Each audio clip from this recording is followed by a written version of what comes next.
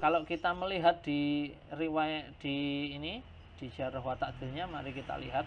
Dia lahir di tahun 90 Hijriah, wafat tahun 180 Hijriah.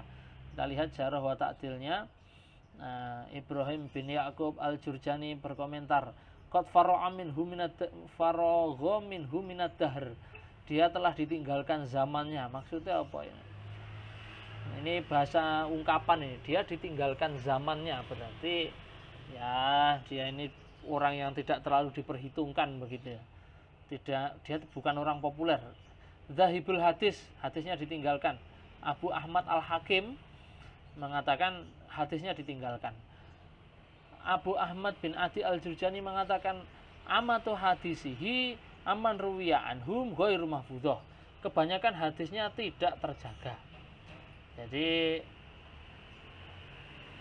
Abu Faraj Ibnu Jauzi mengatakan do'afahu, dia do'if, dan banyak lagi do'if, banyak yang mengatakan do'if.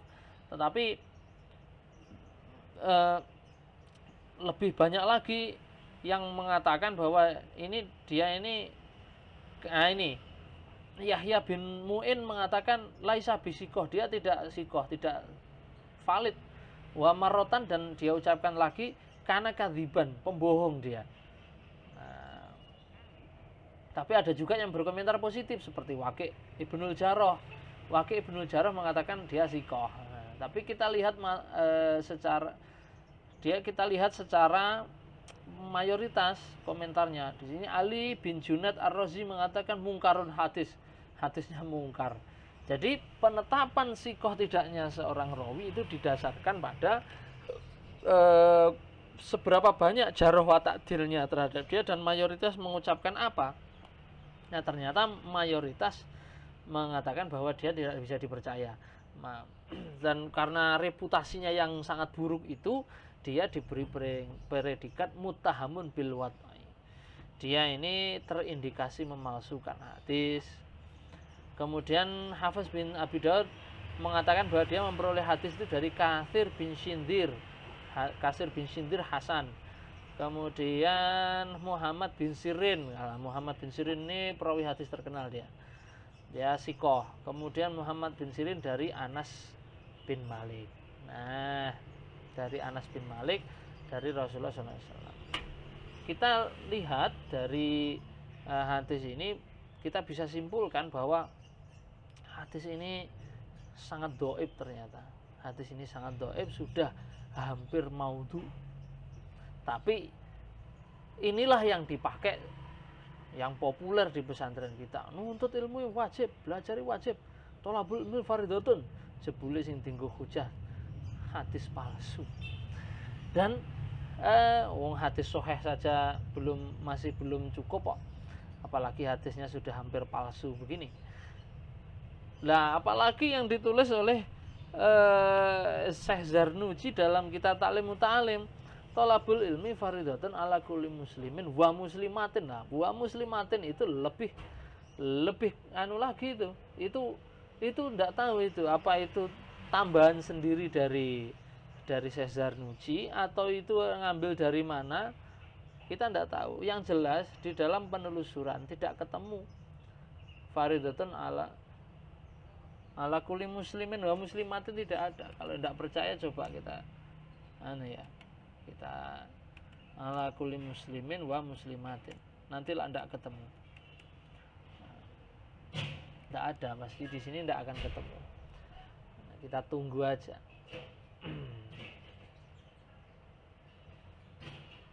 Nah, ini sudah 1400 kitab ini ditelusuri, la tujadu nata'ij.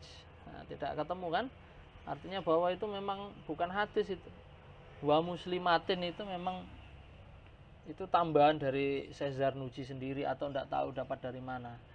Nah, dan itu sudah kadung dipakai di mana-mana itu hadis Nabi. Ya Allah. Kita ini apa enggak khawatir, enggak takut kalau kita ini berbohong dengan atas nama Nabi, itu risikonya besar. Makanya kalau kita itu ngasih nasihat apa-apa jangan gampang-gampang pakai hadis. Orang zaman dulu itu kalau yang hati-hati loh ya, karena jadi saya harus sampaikan kepada kalian bahwa zaman dulu itu di zaman ya feodalisme itu kolonialisme kerajaan, dominasi kerajaan itu ya namanya hegemoni itu sangat perlu sekali. Untuk melegitimasi sesuatu itu perlu dalil yang kuat. Kadang-kadang orang di zamannya Umar bin Abdul Aziz itu orang dagang itu biar dagangannya laku gitu, itu pedagang itu kadang bawa hadis, ngarang-ngarang hadis sendiri. Terong itu dapat meningkatkan kekebalan tubuh dan jadi ben dagangannya payu. Itu. Ulama pun juga begitu. Kiai, maksudnya mungkin kiai lah ya, atau murid yang fanatik pada guru demi kepentingan sesuatu itu bisa ngarang-ngarang hadis, itu bisa, sangat bisa sekali. Kemudian ngarang bahwa tidurnya orang alim itu lebih utama daripada ibadahnya orang bodoh, itu agar orang itu penghormatannya atau pengkultusannya terhadap orang alim itu menjadi sangat kuat. Jadi sangat kepentingannya sangat luar biasa sekali. Bahkan sampai ini yang populer di kita ya, bahwa Aisyah itu dinikahi Rasulullah pada umur 6 tahun itu juga satu hal yang saya belum bisa menerima itu. Karena hadis itu kalau kita lacak dari timeline sejarah itu agak terjadi problematis itu. Nah, secara fakta sejarah Aisyah itu umurnya bukan 6 tahun ketika dinikahi Nabi Muhammad, tetapi ya ada sekitar umur 16 ya, 15 atau 16, jadi bukan 6 tahun. Ini kalau saya jelaskan di sini kita jadinya bahas sejarah, tapi saya ingin sampaikan bahwa kenapa kok kemudian muncul hadis semacam itu ya, dari penelusuran yang saya lakukan bahwa ada salah satu rawi yang ada di dalam hadis itu dulu adalah orang yang bekerja untuk pemerintah atau lembaga juru fatwa pemerintah, dalam hal ini dinasti Abbasiyah, di mana dinasti Abbasiyah itu dalam sejarah kita sangat tahu sekali penyimpangan seksualnya terkenal itu. Khalifah itu ada yang khalifah itu homo, itu ada khalifah itu yang punya gondek, punya budak itu sampai berapa ratus itu ada khalifah itu yang demen sama anak kecil, kalau sekarang apa namanya itu pedofilia itu ada. Jadi dan ya kalau udah khalifah itu kan dianggap sebagai wakilnya Allah.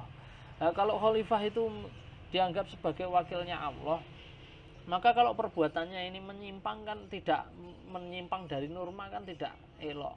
Maka harus ada legitimasi terhadap perbuatannya itu. Maka harus dibuatlah hadis-hadis itu, marah hadis-hadis palsu itu di zaman Abbasiyah itu, dan itu masih di awal-awal. Maka kita ini harus jadi sekarang ada orang poligami yang dipoligami anak kecil itu, terus bawa-bawa hadis Nabi Aisyah umur 6 tahun. Nah kalau begini kan susah. Sementara kita mau ngadepi harus malah bikin hal yang baru, yang aneh-aneh lagi loh, karena kadung ngugemi hadis itu loh. Lah itu Aisyah kan dinikahi Nabi umur 6 tahun. Terus yang menentang pernikahan usia dini itu mengatakan, yang menentang pernikahan usia dini tapi masih belum berani untuk mengkritik hadis itu, matan hadis itu, dia mengatakan begini, oh ya Aisyah kan desain badannya kan berbeda karena itu khosoisnya Nabi. Terus nanti penjelasannya jadi mambu klenek dan sebagainya. Aisyah itu desainnya oleh Allah, macam-macam ya. Nah ini kan kemudian menjadi tidak ilmiah begitu loh. Orang Islam ini menjadi tidak ilmiah dan tidak rasional karena terbelenggu oleh ya kadung hadis itu rawani, tidak berani mengkritisi.